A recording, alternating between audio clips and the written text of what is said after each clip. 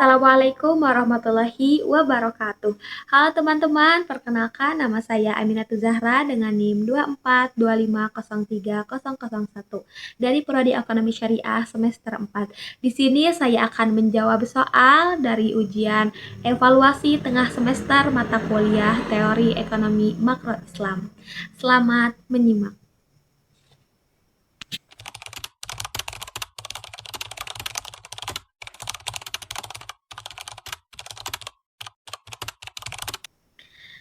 Nah, teman-teman, ekonomi makro konvensional adalah cabang ilmu ekonomi yang membahas permasalahan ekonomi dalam skala luas atau agregat, seperti inflasi, pengangguran, pertumbuhan ekonomi, neraca perdagangan, serta kebijakan moneter dan fiskal.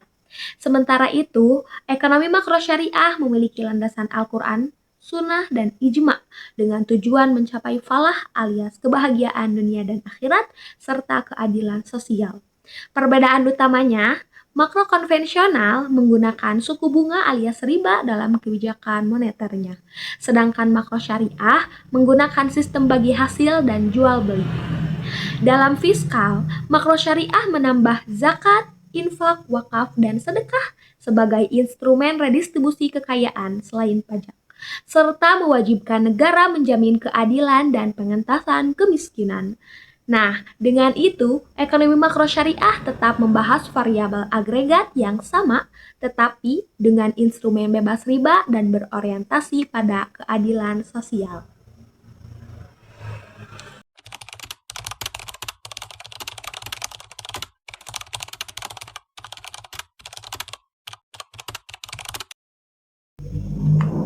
Nah, teman-teman, dalam perspektif Islam, uang berfungsi semata-mata sebagai alat tukar hitung, bukan sebagai komoditas yang dapat diperdagangkan untuk mencari keuntungan dari nilai tukarnya.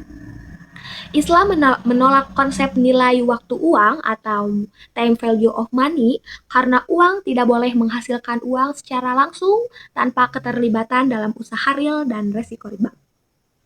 Yang paling membedakan adalah konsep yang halal dan juga konsep uang yang haram. Baik dari cara memperolehnya, misalnya dari gaji halal dan jual beli sah, maupun dari cara menggunakannya, yaitu tidak untuk transaksi haram seperti judi dan membeli alkohol atau minuman keras. Bunga riba dalam Islam diharamkan secara mutlak karena dianggap sebagai tambahan tanpa imbalan barang atau resiko nyata.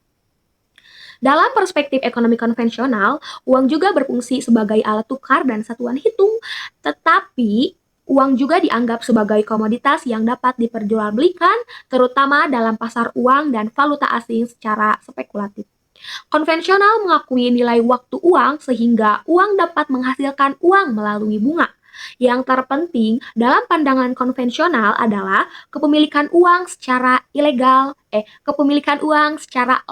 menurut hukum positif, bukan halal atau haram secara agama selama diperolehnya dengan cara yang tidak melanggar undang-undang, misalnya dari pencurian atau pemalsuan uang. Nah, uang tersebut sah untuk digunakan alias dengan kata lain, dalam sistem konvensional tidak dikenal kategori halal dan haram sebagaimana dalam Islam.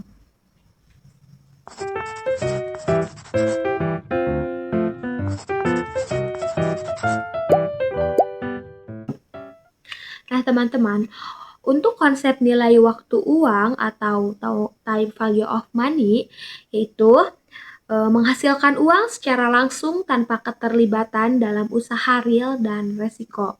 Sementara untuk economic value of time, lebih ditekankan waktu bernilai karena bisa diisi dengan kerja produktif dan usaha halal, bukan dari uang yang dibiarkan begitu saja berkembang secara ribawi.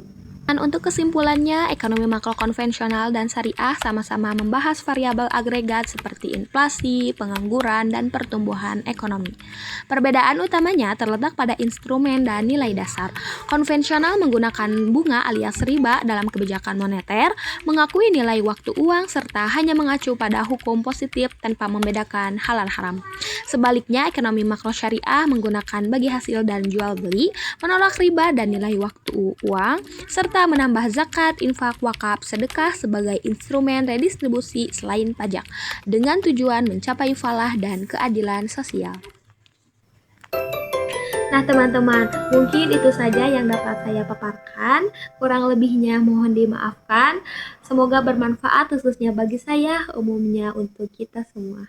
Walafu minkum, wassalamualaikum warahmatullahi wabarakatuh.